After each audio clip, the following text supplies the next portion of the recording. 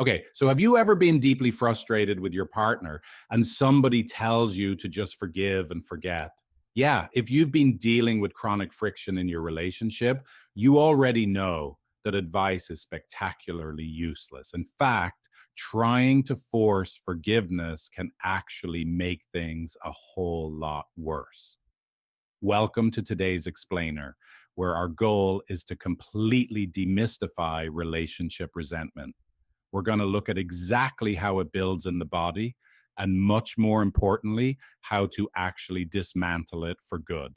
Okay, let's dive into this by clearing up a massive misconception right off the bat. People constantly confuse anger and resentment, but they are fundamentally different things. Think of anger as a fire. It burns hot, it's in the present tense, and it actually wants engagement. It's a healthy signal that a boundary has been crossed, basically saying, hey, I need you to hear me right now. But resentment is the charcoal left over after that fire goes out without being tended to.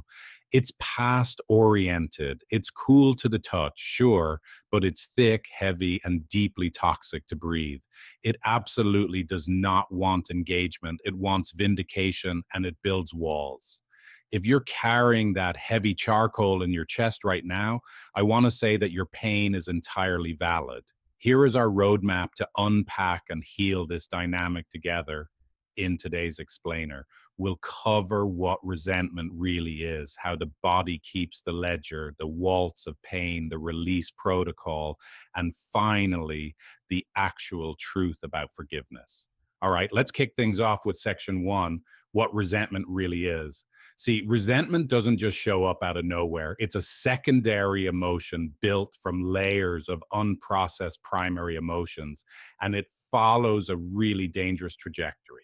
It always starts as hurt, but when that hurt isn't addressed, it becomes anger. When that anger is repeatedly dismissed, it hardens into resentment.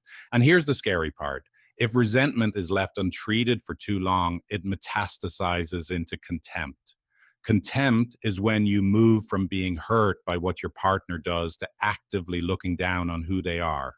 And according to renowned relationship researcher John Gottman, contempt is the single greatest predictor of divorce. The good news, if you're still in the resentment phase, you still care. But we have to stop it from reaching contempt. So, how do you know for sure if you're harboring resentment? I want you to turn your flashlight inward for a second and see if you recognize these signs, because resentment is sneaky, right? It totally disguises itself as tiredness or just indifference. Do you keep a mental scoreboard of who did the dishes or who sacrificed more this week? Has your tone become constantly sarcastic? Do you withhold affection as a form of punishment?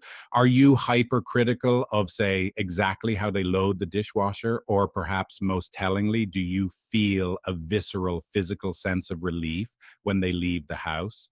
If you're nodding along to these, resentment has absolutely taken root.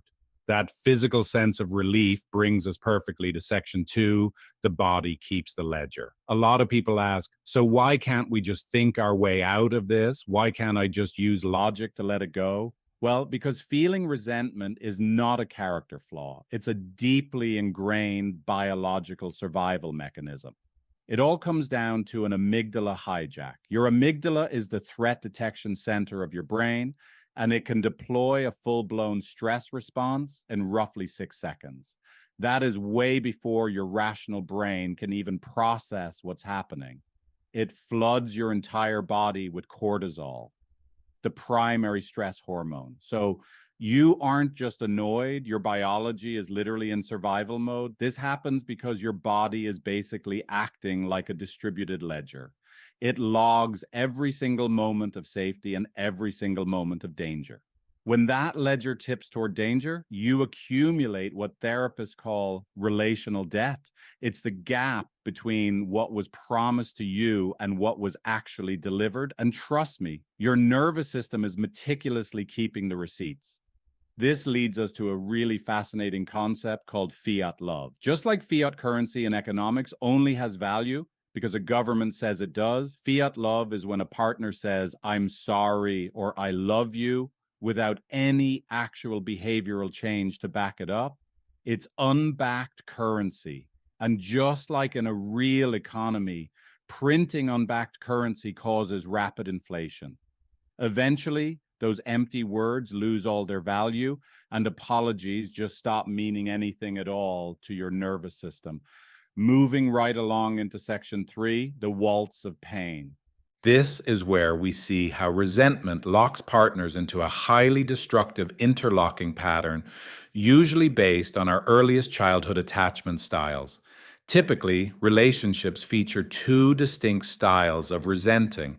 On one side, you've got the protester.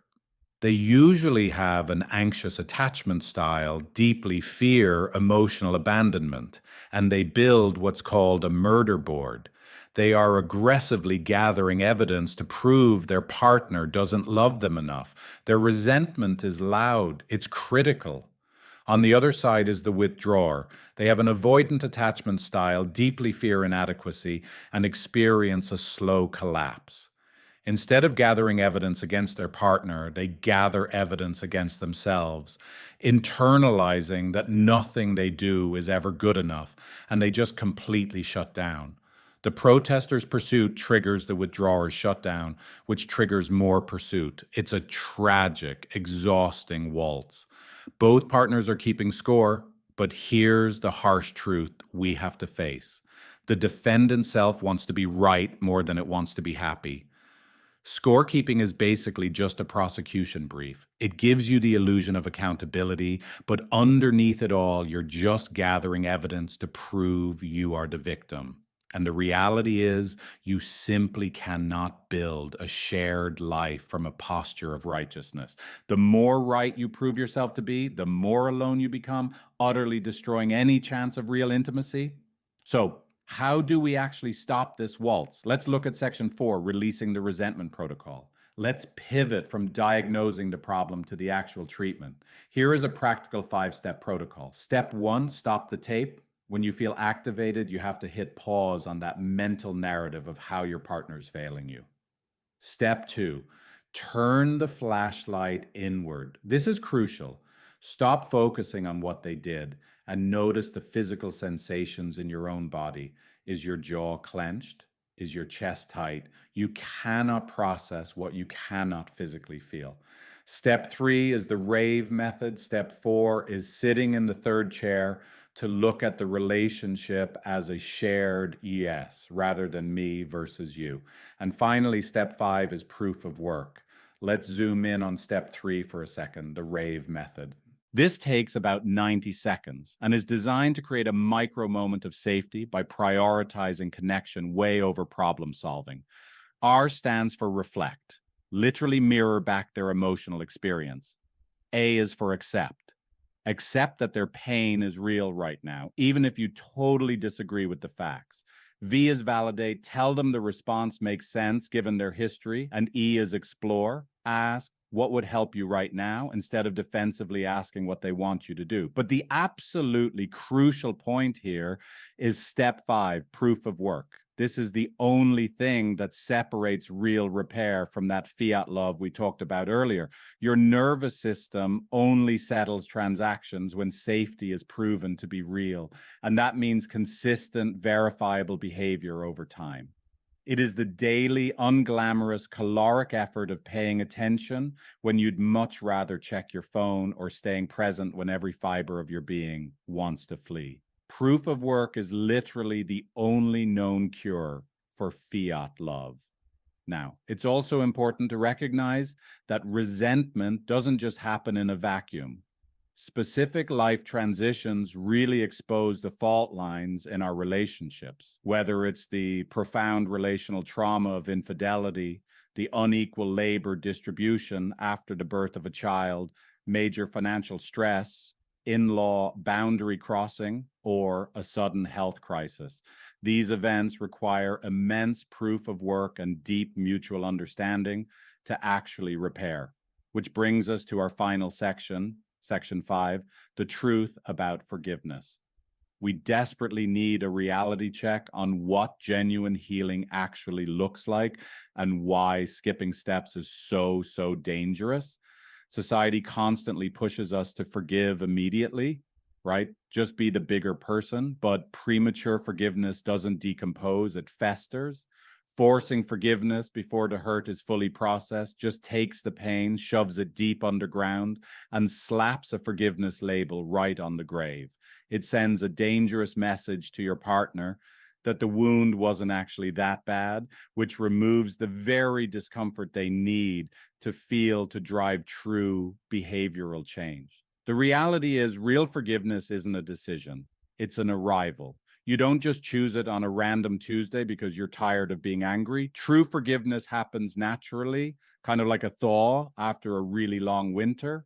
It arrives when the hurt has been thoroughly witnessed, the partner has taken unqualified responsibility, behavioral change has been sustained over time, and your nervous system finally truly registers safety again. Now, we have to neutrally outline a pretty sobering reality here. Not all resentment is fixable.